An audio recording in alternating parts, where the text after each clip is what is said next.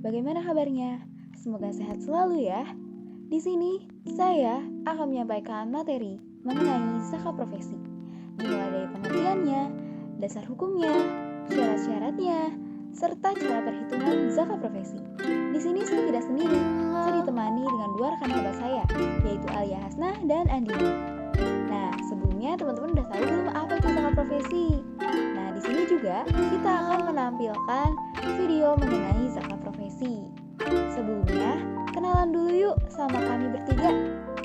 Halo, aku Hairunisa Kevin Karel dengan NIM 2000800. Halo semuanya, perkenalkan saya Alia Hasnah Hunafa dari EKI 2A dengan nomor NIM 26125. Halo, perkenalkan nama saya Andini Serayu dengan NIM 2000518.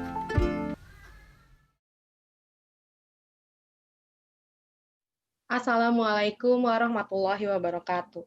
Halo teman-teman, pada kesempatan kali ini saya bersama dua rekan saya di sini akan menjelaskan tentang apa itu zakat profesi. Nah, sebelumnya video ini kami buat demi memenuhi UAS, fikih, zakat, dan wakaf. Nah, kami beranggotakan 3 orang, yaitu pertama ada Andini Sri Rahayu, lalu ada saya sendiri Alia Hasnah Hunafa, dan Hoirunisa Kevin Karel. Nah, pertama di sini aku akan menyinggung sedikit apa itu zakat. Dari segi bahasa, zakat merupakan masdar dari zaka yang berarti berkembang, tumbuh, bersih, dan baik. Menurut istilah fikih Islam, zakat berarti harta yang wajib dikeluarkan dari kekayaan orang-orang kaya untuk disampaikan kepada mereka yang berhak menerimanya dengan aturan-aturan yang telah ditentukan di dalam syara. Lalu selanjutnya ada prinsip-prinsip zakat. Nah, sebagai suatu kewajiban yang harus ditunaikan, tidak setiap harta harus dikeluarkan zakatnya. Namun ada prinsip-prinsip yang mengatur. Di antaranya adalah sebagai berikut. Ada 6 ya prinsip-prinsip zakat. Yang pertama ada prinsip keyakinan agama, lalu prinsip pemerataan dan keadilan, lalu ada prinsip produktivitas dan kematangan, lalu prinsip etika dan kewajaran, prinsip kebebasan, lalu yang terakhir ada prinsip nalar. Nah, prinsip keyakinan agama itu bahwa orang yang membayar zakat harus yakin bahwa pembayaran tersebut merupakan salah satu manifestasi keyakinan agamanya, sehingga orang yang belum menunaikan zakat merasa tidak sempurna dalam menjalankan ibadahnya. Lalu prinsip pemerataan dan keadilan ini merupakan prinsip pemerataan yang cukup jelas menggambarkan tujuan zakat, yaitu membagi lebih adil kekayaan yang telah diberikan Tuhan kepada umat manusia. Selanjutnya ada prinsip produktivitas dan kematangan. Prinsip produktivitas dan kematangan menekankan bahwa zakat memang wajar harus dibayar karena milik tertentu telah menghasilkan produk tertentu. Hasil produksi tersebut hanya dapat dipungut setelah melampaui jangka waktu 1 tahun yang merupakan ukuran normal memperoleh hasil tertentu. Lalu ada prinsip etika dan kewajaran. Nah, prinsip ini tuh membahas tentang etika-etika tentang zakat. Lalu ada prinsip kebebasan. Prinsip kebebasan menjelaskan bahwa zakat hanya dibayarkan oleh orang yang bebas dan sehat jasmani serta rohaninya, yang mempunyai tanggung jawab untuk membayar zakat untuk kepentingan bersama. Lalu ada prinsip nalar, bahwa menurut nalar manusia, harta yang disampaikan dan dibelanjakan untuk Allah tidak akan berkurang, melainkan akan bertambah banyak. Selanjutnya ada pengertian zakat profesi. Nah, zakat profesi ini adalah zakat yang diambil dari penghasilan dan dibarengi dengan niat yang ikhlas guna dapat membersihkan jiwa si pemberi zakat. Nah, selanjutnya akan ada penjelasan dari tujuan dan fungsi zakat profesi yang akan dijelaskan oleh rekan saya Hoirunisa. Kepada rekan saya Hoirunisa, boleh dijelaskan tentang tujuan dan fungsi zakat profesi. Terima kasih kepada rekan hebat saya, Alia Hasnah Hunafa. Sekarang kita masuk ke materi mengenai tujuan dan fungsi dari zakat profesi. Sebenarnya tujuan dan fungsi dari zakat profesi ini hampir sama ya, atau umum dengan zakat yang lainnya. Seperti diantaranya menolong atau membantu kaum duafa, memberantas penyakit iri hati dan dengki, dapat mensucikan diri dari dosa, dan menjadi murah hati, serta peka terhadap rasa kemanusiaan serta mengurangi sifat bakhil atau serakah. Jadi intinya atau bisa dikatakan tujuan dan fungsi zakat profesi ini ialah sebagai unsur penting keseimbangan dalam distribusi harta dan keseimbangan tanggung jawab individu dalam mewujudkan sistem kemasyarakatan Islam dan pembuktian persaudaraan Islam. Boleh di next ke slide selanjutnya?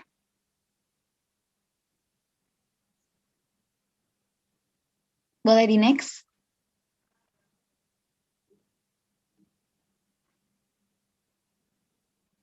Halo Alia,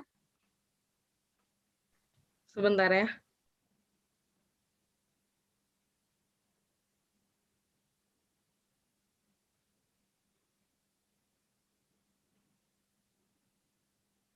baik. Sekarang masuk ke materi mengenai syarat zakat profesi. Yang pertama, ada harta dikuasai penuh. Nah, syarat yang pertama ini maksudnya dikuasai penuh, yaitu harta atau penghasilan yang dimiliki ialah memang milik sendiri, bukan milik bersama dengan orang lain. Lalu selanjutnya ada harta berkembang dan lebih dari kebutuhan pokok. Ini maksudnya berkembang itu harta atau penghasilan tersebut itu dapat memenuhi kebutuhan pokok. Jika misalnya penghasilan yang didapatkan itu masih kurang atau hanya cukup untuk kebutuhan pokok saja, maka tidak wajib hukumnya untuk mengeluarkan zakat profesi ini. Selanjutnya, ada bersih dari hutang. Nah, syarat ini yaitu harta yang dimiliki itu harus terbebas dari hutang.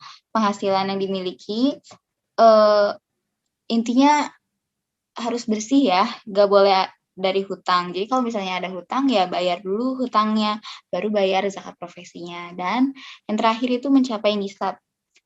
Nah, nisab zakat profesi ini sama kayak zakat pertanian, yaitu 522 kg beras atau bahan pokok. Perhitungan nisab dari zakat profesi ini disesuaikan dengan harga atau bahan pokok. Nah, misalnya harga beras saat ini nih Rp9.000. Nah, berarti ngitung si nisabnya itu 522 kg yang tadi dikalikan dengan harga beras saat ini, yaitu Rp9.000. Sama dengan contohnya hasilnya menjadi Rp4.698.000. Nah, jika penghasilan kita itu udah mencapai hasil sejumlah nisab tersebut, maka kita wajib untuk mengeluarkan zakat profesi. Baik, slide selanjutnya. Boleh dijelaskan kepada Andini Sri Rahayu, silahkan. Terima kasih kepada Harunisa. Selanjutnya akan dijelaskan oleh saya, Andini Sri Rahayu. Nah, di sini pertama, ada zakat profesi dalam tinjauan perundang-undangan. Di dalam Undang-Undang Nomor 23 Tahun 2011 sebagai pengganti Undang-Undang Nomor 38 Tahun 1999 mengenai pengelolaan zakat. Pasal 4 ayat 2 disebutkan bahwa salah satu harta yang wajib dikeluarkan zakatnya ialah pendapatan dan jasa. Nah, di sini juga ada dasar hukum dari zakat profesi. Pertama dari Quran Surat Al-Hadid ayat 7 yang berbunyi, A'udzubillahi minasyaitonirrajim. Bismillahirrahmanirrahim. Aminu billahi wa rasulihi wa anfiqu mimma ja'alalukum mustakhlafina fihi. Falladzina amanu minkum wa anfaqu lahum ajrun kabir. Yang artinya, berimanlah kamu pada Allah dan Rasul-Nya, dan infakkanlah di jalan Allah sebagian dari harta yang Dia telah menjadikan kamu sebagai penguasanya atau amanah. Maka orang-orang yang beriman di antara kamu dan menginfakkan harta di jalan Allah memperoleh pahala yang besar. Selanjutnya dari Quran Surat Al-Baqarah ayat 267 yang berbunyi, A'udzubillahi minasyaitonirrajim. Bismillahirrahmanirrahim. Ya ayyuhalladzina amanu anfiqu min thayyibati ma kasabtum wa mimma akhrajna lakum minal ard. Wala ولا تيمموا الخبيث منه تنفقون ولستم بآخذيه إلا أن تغمضوا فيه واعلموا أن الله غني حميد. Yang artinya, wahai orang-orang yang beriman, infakkanlah sebagian dari hasil usahamu yang baik-baik dan sebagian dari apa yang kamu keluarkan dari bumi untukmu. Janganlah kamu memilih yang buruk untuk kamu keluarkan, padahal kamu sendiri tidak mau mengambilnya, melainkan dengan memincingkan mata atau enggan terhadapnya. Dan ketahuilah bahwa Allah Maha Kuasa lagi Maha Terpuji. Setelah dasar hukum, di sini ada perhitungan zakat profesi. Di sini memisalkan ada seorang A adalah karyawan swasta yang berdomisili di Jakarta. Ia memiliki seorang istri dan 2 orang anak yang masih kecil. Penghasilannya per bulan sebesar 5 juta rupiah. Nah, berapakah zakat profesi yang harus dikeluarkannya? Nah, pertama, untuk mengetahui apakah karyawan tersebut masuk dalam syarat orang yang wajib mengeluarkan zakat, maka harus dihitung berdasarkan nisabnya. Nah, di sini terhitung nisab sama dengan 522 kg beras dikalikan dengan Rp7.000. Nah, ini itu berdasarkan harga satuan kilo. Nah, hasilnya itu sebesar Rp3.654.000. Nah, karena sudah cukup nisab, maka gaji karyawan tersebut wajib dikeluarkan zakatnya. Cara perhitungannya adalah, gajinya itu sebesar 5 juta rupiah dikali 2,5%, hasilnya 125.000 per bulan. Jadi, 125.000 per bulan dikali 30 hasilnya Rp3.750.000. Nah, teman-teman, sekarang kita masuk ke sesi tanya jawab. Di sini kelompok kami nyediain 3 pertanyaan nih. Kita bisa lihat ya, soal pertama. Salah satu harta yang wajib dikeluarkan zakatnya ialah pendapatan dan jasa. Hal ini disebutkan pada pasal 4 ayat 2 pada... Nah, di sini jawaban yang paling tepat di antara 3 pilihan yang lainnya adalah yang B, Undang-Undang Nomor 23 Tahun 2011. Nah, di dalam Undang-Undang Nomor 23 Tahun 2011 sebagai pengganti Undang-Undang Nomor 38 Tahun 1999 mengenai pengelolaan zakat, pasal 4 ayat 2 ini disebutkan bahwa salah satu harta yang wajib dikeluarkan zakatnya ialah pendapatan dan jasa. Oke, kita lanjut ke soal nomor 2. Dasar hukum zakat profesi terdapat pada... Nah, untuk soal yang ini, jawabannya adalah yang A. Al-Baqarah ayat 267. Nah, kita bacain ya artinya. Wahai orang-orang yang beriman, infaklah sebagian dari hasil usahamu yang baik-baik dan sebagian dari apa yang kami keluarkan dari bumi untukmu. Janganlah kamu memilih yang buruk untuk kamu keluarkan, padahal kamu sendiri tidak mau mengambilnya, melainkan dengan memincangkan mata, enggan terhadapnya. Dan ketahuilah bahwa Allah Maha Kaya, Maha Terpuji. Nah, itu arti dari surat Al-Baqarah ayat 267. Soal ketiga di sini akan dibacakan oleh rekan saya, Hoirunisa. Hoirunisa, bisa dibacakan soalnya? Baik, terima kasih Alia Hasna. Pertanyaan yang terakhir yaitu sebutkan apa saja sih tujuan dari zakat profesi? Nah, seperti yang udah aku bilang tadi, tujuannya itu hampir umum atau sama ya seperti zakat-zakat pada umumnya. Kita sebut satu-satu aja yuk. Yang pertama, ada menolong atau membantu kaum duafa dengan memberi untuk dapat memenuhi kebutuhannya. Lalu selanjutnya, memberantas penyakit iri hati dan dengki dari orang sekitar yang berkehidupan cukup. Yang ketiga, dapat mensucikan diri dari dosa dan menjadi murah hati serta peka terhadap rasa kemanusiaan dan juga mengurangi sifat bakhil atau serakah. Selanjutnya, dapat menunjang terwujudnya sistem kemasyarakatan Islam atas prinsip umat yang satu persamaan derajat dan kewajiban bersama. Selanjutnya, dapat menjadi unsur penting dalam mewujudkan keseimbangan dalam distribusi harta dan keseimbangan tanggung jawab individu. Lalu, adapun perwujud sebagai perwujudan solidaritas sosial, pernyataan rasa kemanusiaan, dan juga pembuktian persaudaraan Islam.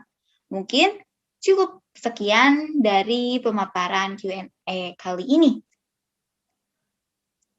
Apalagi ya?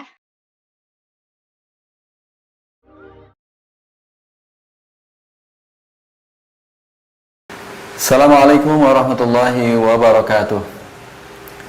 Apakah seorang profesional seperti guru, karyawan, dokter, dan setiap profesional itu wajib zakat?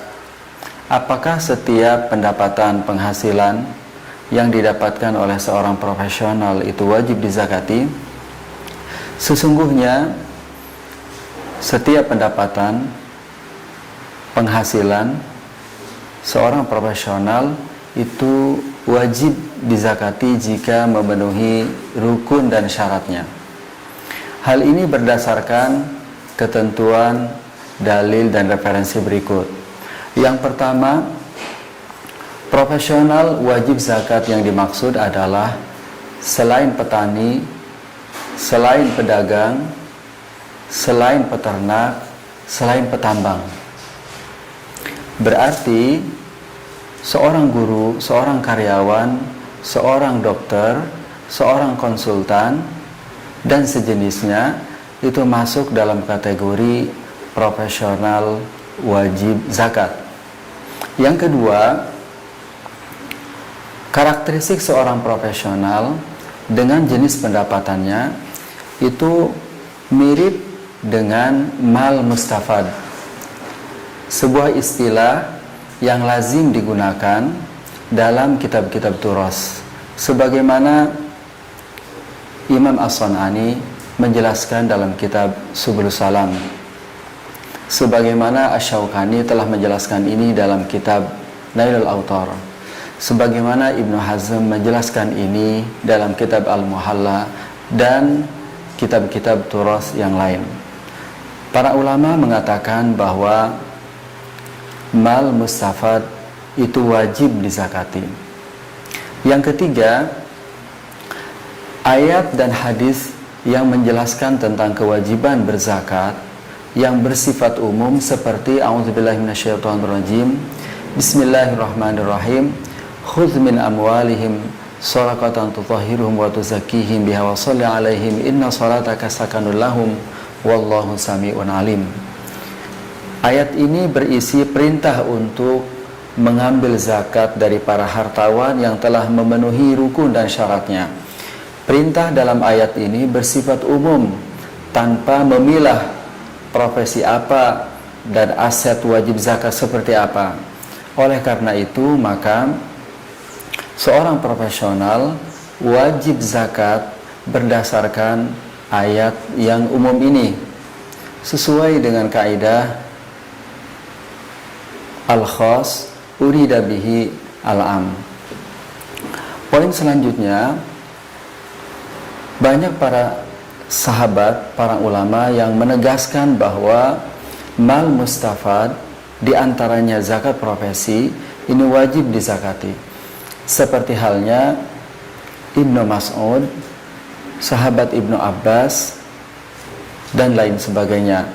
Mereka menegaskan bahwa mal mustafad seperti halnya zakat profesi itu wajib dizakati. Poin selanjutnya yang menguatkan bahwa zakat profesi wajib zakat adalah maslahat dan maqasid syariah. Karena zakat ini diwajibkan agar kebutuhan fakir miskin dan calon penerima zakat itu bisa terpenuhi, sehingga setiap ada hartawan yang pendapatannya mencapai nisab, maka efektif ketika itu sebagian hartanya itu menjadi hak para fakir dan miskin. Sehingga dengan demikian maka tidak ada kesenjangan yang melebar antara fakir miskin dan para hartawan. Nah, jika semangatnya adalah berbagi, maka zakat profesi itu wajib ditunaikan. Seorang profesional itu wajib menunaikan setiap pendapatan yang ia hasilkan. Dari aspek maqasid juga menguatkan tentang kesimpulan ini, wajib zakat profesi. Karena kalau kita bandingkan di zakat pertanian, seorang petani dengan pendapatan 523 kg atau kira-kira setara dengan 6,5 juta, itu wajib zakat, maka seorang profesional saat ini yang berpenghasilan mungkin berkali-kali lipat dari seorang petani, itu sangat tidak logis, tidak sesuai maslahat. Seorang petani dengan penghasilan 6,5 juta wajib zakat dengan ta'arif 5-10%, sementara seorang profesional dengan penghasilan berkali-kali lipat seperti 100, 200, 300 juta tidak wajib zakat. Berdasarkan poin-poin yang saya sebutkan tadi, maka bisa disimpulkan bahwa pendapatan setiap profesional wajib dizakati. Wallahu alam. Wassalamualaikum warahmatullahi wabarakatuh. Terima kasih kepada teman-teman semua yang telah menyaksikan video ini, semoga bermanfaat. Dan mohon maaf atas segala kekurangan dan kesalahan yang ada di dalam video ini, karena sesungguhnya kesempurnaan itu hanya milik Allah Subhanahu wa Ta'ala. Sekian dari kami, terima kasih. Wassalamualaikum warahmatullahi wabarakatuh.